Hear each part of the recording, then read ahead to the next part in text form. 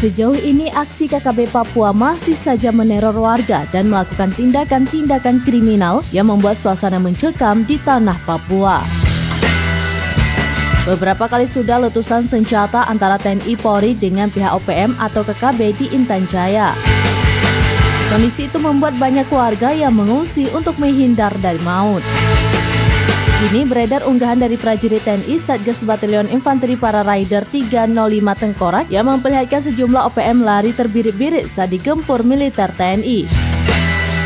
Letkol Infanteri Ardiansyah alias Raja Aibon Kogila, perwira pasukan elite, mengunggah momen OPM Papua itu kabur masuk hutan.